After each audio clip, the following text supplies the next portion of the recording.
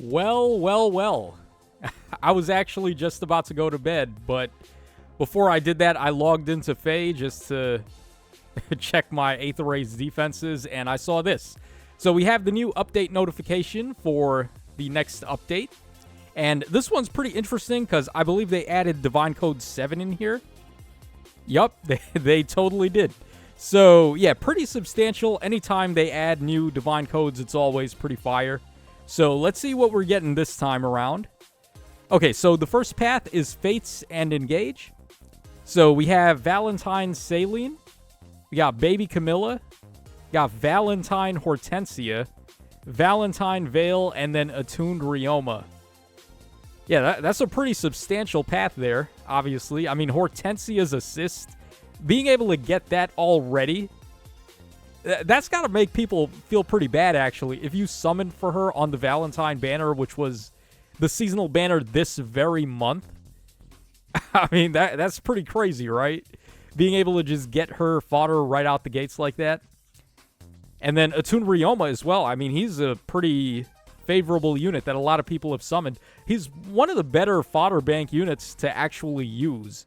So I'm sure just getting a free merge for him, re-enabling his fodder, is going to be great for a lot of people. So yeah, that first path looks pretty good. Then we have the Awakening in 3 Houses path. So we have their Ignatz. We got the female Grima. We got Summer Yuri. We got Ilian Hilda. And then we have the Attuned Tharja there. Just like Ryoma, Attuned Tharja is a pretty solid attuned hero. So one of those rare fodder bank units that's actually like a pretty solid unit to use. And then, of course, Ilian Hilda's got some great fodder, too. She has the new bow special, which is pretty nice. I can't remember what it was called again. I could actually pull her up real quick, because I do have that unit. I was able to free pull her, actually, which was pretty fire, because I had zero intentions of actually summoning on the banner. Yeah, so Waning Shot is what she's got there. She has Attack and Speed Airspace, Strat Assault, and Attack and Speed Favor. All of those are pretty recent skills. So, yeah, being able to get that as a Divine Code is very good. All right, let's hop back in there, see what else we got. All right, then on the Path of Radiance and Radiant Dawn side, we've got Skrimir.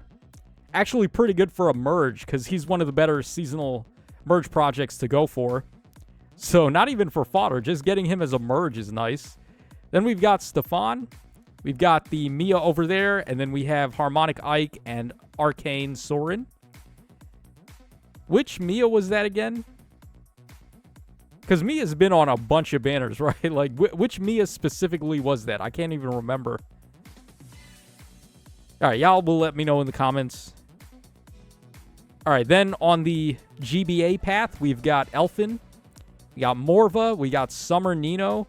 Gladiator Fur, and then Arcane Larichel with Latona. It's a pretty good weapon for your inheritable staffs. And then you combo that with, like, Hortensia's assist. You could build a really crazy staff unit with that. So, yeah, that's actually pretty good, too. Okay, then on the Heroes, Genealogy, and Thrakia path. Why would they combine Heroes with Jugdral? Seems kind of random, right? But, okay, we got Chulane. We got Edane over there. And then we got the Groom Seliph. And then we got Duo Freya. And then Arcane Leaf. Anything valuable there? I mean, Chulane's got the Gladiator Axe, which is great. Seliph's got Potent Assaults or Potent Finish. I can't remember which one he's got. The one that's for Cavalry only. Well, Cavalry and Flyer only. And then Duo Freya's got Comet, obviously, which is great. I can't remember exactly what fodder the Arcane Leaf had. But... Or Attuned Leaf, rather. But I guess it's fine. And then finally, Heroes, Mystery, and Echoes. So we have Summer Pala. We got Legacy Goto. Oh, is that Brave Ectordeer? Ooh, that's not bad. Because he's got physical save. And we got Duo Balder. And then we have the Attuned Alm over there. So yeah, Balder, obviously Heavenly Soar, one of the better fodder skills to go for. So that'll be great. combos pretty well with the Baby Camilla because you can get Trample as well for units that are hitting. Maybe they've got a Brave attack naturally, and then you've got Potent on them somewhere. It could be a pretty devastating combo. So, yeah. I mean, these are good. They're always good. But at the same time, fodder in this game doesn't have a very long lifespan, unfortunately. So what may look crazy and good today, it may not look the same way in the next 2 months or so. But for the time being, very good stuff in here. Okay, let's see what else we've got. Oh, we got remixes too. Okay, so we have one for Hinoka. And then we got one for Robin. Oh, yeah, these are 2 blasts from the past units. These were both very meta-relevant units back in the day. Like, when Hinoka and Robin came out, they were at the top of the game. So, it would be great if their remixes can put them back on top. So, Hinoka's got Speed Taker 4 as her updated B skill. Okay. And then Rallying Cry 2. At the start of player phase or enemy phase, grants special cooldown charge +1. And True Charge to unit and allies in 2 spaces. Okay, that makes a lot of sense. I mean, she originally gave Charge, so True Charge is obviously the next step up. Then also inflict all stats -5 on foes in 3 rows of 3 columns centered on unit. Unit deals +7 damage, including on AoEs. Reduce damage from foes' attacks by 7. And reduce percentage of foes' non-special DR by half. And also, if decreasing the speed difference necessary to make a follow-up by 10 would allow unit to do a follow-up, then you get Potent 100. Okay, pretty good overall. I really wish they gave her a little bit more on the Crux debuff, where she's doing all stats -5 and that's it. They could have tacked, like, exposure on there just for fun, I feel like, because just all stats -5 ain't, like, competing with some of the crazy Crux debuffs that we've got. But outside of that, I think it's pretty good. Like, the 7 flat damage is nice. The Potent 100 is nice. The True Charge is pretty nice. So, yeah, overall, it's solid, but it could certainly have been a little better.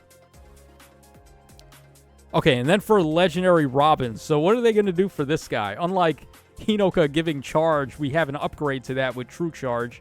We don't really have an upgrade to Grand Strategy. So, what are they giving this guy here? The Plan Part 2.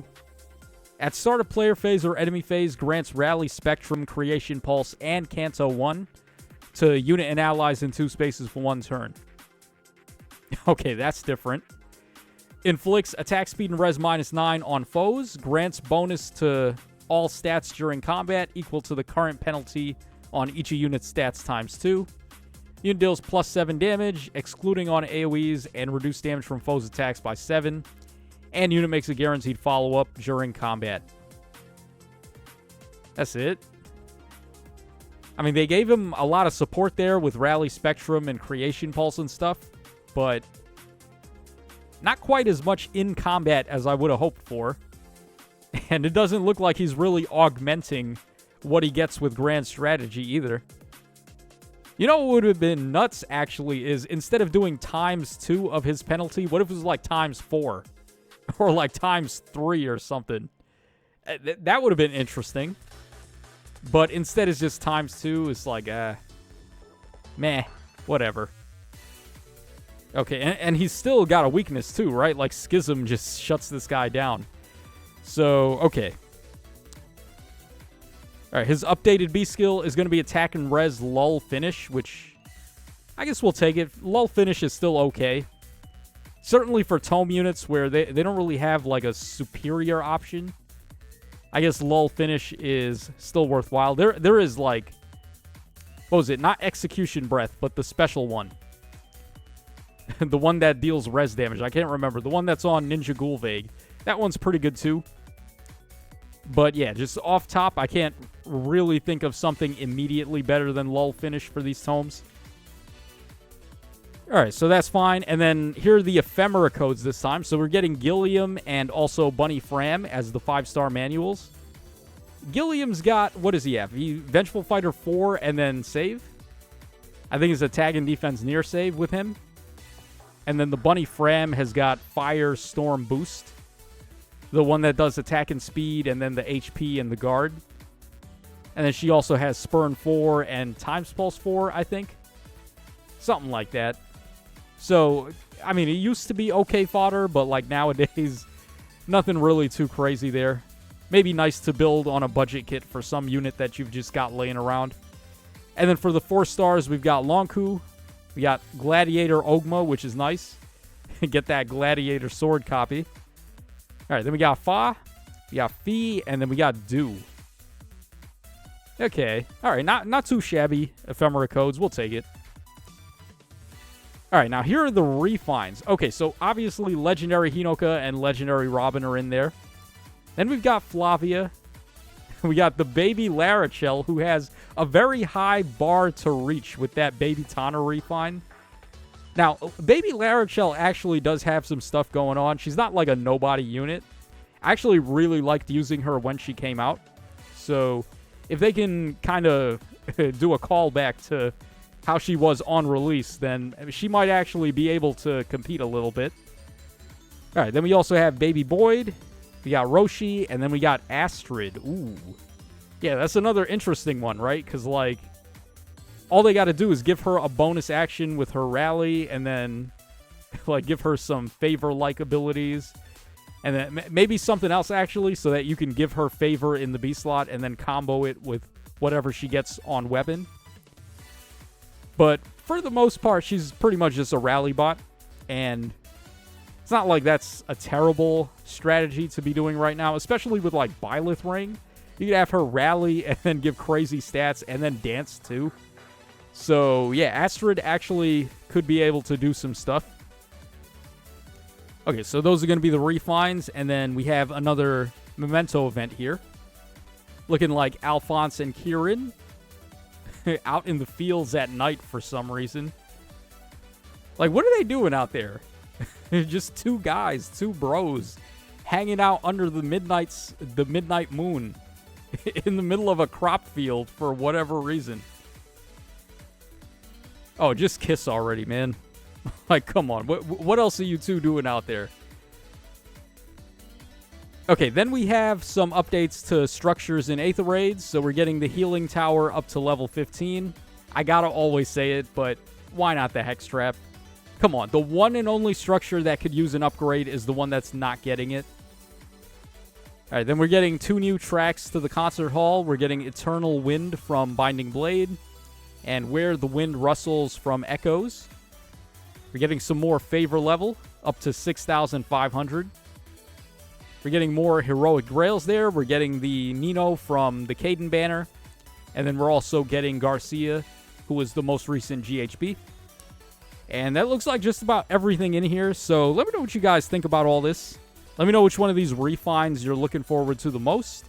And then also let me know what your thoughts are on the upcoming Divine Code level 7s. These look pretty interesting, especially that Engage path, like how recent those units are.